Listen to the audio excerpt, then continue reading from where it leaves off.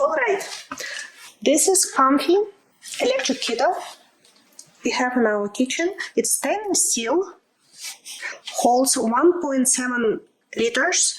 It has a clear window so you can see where the water line is and maximum amount so you don't overfill. Very clean spigot, so when you pour it, the water doesn't go on everywhere. And let me show you how it pours. Right now, kettle is hot, but the handle is cool to the touch.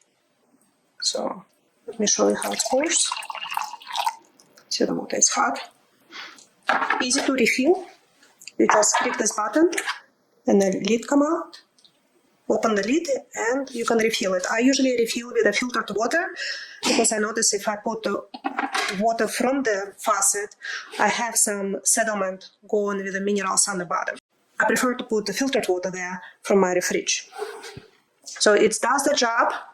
What it's need to do, not overcomplicated, just one click button and your water will be hot, very hot for the coffee or tea or instant soups in a second. You can hear how it's boiling.